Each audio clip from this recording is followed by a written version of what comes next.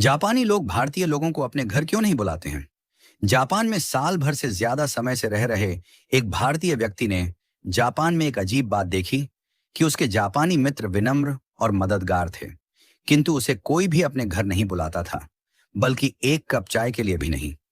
हैरान और आहत होकर आखिरकार उसने एक जापानी मित्र से पूछा कि ऐसा क्यों है।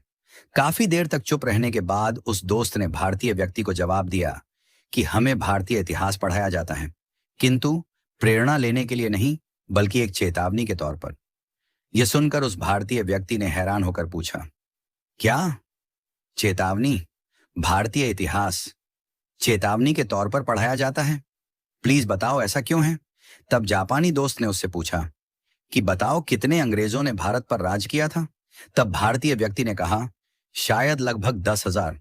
जापानी व्यक्ति ने गंभीरता से सिर हिलाया और पूछा, उस समय भारत में 30 करोड़ से ज्यादा भारतीय रहते थे, है ना? तो फिर तुम्हारे लोगों पर अत्याचार किसने किया? उन्हें कोड़े मारने, यातना देने और गोली मारने के आदेशों का पालन किसने किया था? फिर उसने जोर देकर पूछा कि जब जनरल डायर ने जलियांवाला बाग में गोली चलाने का आदेश दिया, तो ट्रिगर किसने दबाया था? क्या वे अंग्रेज सैनिक थे? नहीं, वे भारतीय थे।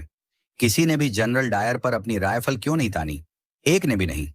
फिर उसने कहा, तुम जिस गुलामी की बात करते हो ना, यही तुम्हारी असली गुलामी थी, शरीर की नहीं, आत्मा की। वह भारतीय व्यक्ति जड्डवत, मौन और शर्मिंदा खड़ा सुनता रहा।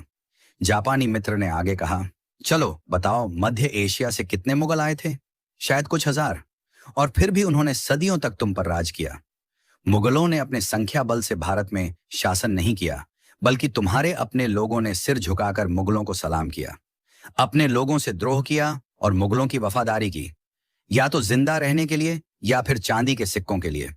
तुम्हारे अपने ही लोगों ने अपना धर्म परिवर्तन कर लिया, अपनी बहन बेटी मुगलों से ब्याह दी। तुम्हारे ही लोगों ने तुम्हारे नायकों को अंग्रेजों को सौंप दिया। बताओ, चंद्रशेखर आजाद के साथ विश्वासघात किसने किया था? वे अल्फ्रेड पार्क में छुपे हैं। यह खबर अंग्रेजों को किसने दी थी? भगत सिंह को, उस समय के बड़े राजनेता जो अंग्रेजों से अपनी बातें मनवा सकते थे। उनकी अनुमति के बिना फांसी पर चढ़ाना आसान था क्या? जो कि खुद को देशभक्त कहते थे। तुम भारतीयों को विदेशी दुश्मनों की जरूरत नहीं है। तुम्हारे ही लोग सत्ता, पद और निजी लाभ के लिए बार बार तुम्हें धोखा देते हैं। इसलिए हम भारतीयों से दूरी बनाकर रखते हैं। जब अंग्रेज हांगकांग और सिंगापुर आए थे, तो एक भी स्थानीय व्यक्ति उनकी सेना में शामिल नहीं हुआ। लेकिन भारत में तुम सिर्फ दुश्मनों की सेना में ही शामिल नहीं हुए, बल्कि तुमने उनकी सेवा की, उनकी पूजा की, उन्हें खुश करने के लिए अपने ही लोगों को मार डाला। यही नहीं, तुम भारतीय तो आज भी नहीं बदले हो। तुमने इतिहास से कोई सबक नहीं लिया है। आज भी थोड़ी सी मुफ्त की बिजली, एक बोतल शराब, एक कंबल दे दो और तुम्हारा वोट, तुम्हारा जमीर, तुम्हारी आवाज, सब बिना सोचे समझे तुम बेच देते हो। तुम्हारी वफादारी तुम्हारे देश के साथ नहीं, बल्कि तुम्हारे पेट के साथ है। तुम नारे लगाते हो, तुम विरोध प्रदर्शन करते हो, लेकिन जब देश को तुम्हारे बलिदान की जरूरत पड़ती है, तब तुम कहां होते हो? तुम्हारी पहली वफादारी अभी भी अपने घर, परिवार, पत्नी, बच्चों और धन संपत्ति के प्रति है। बाकी देश और धर्म जाएं भाड़ में।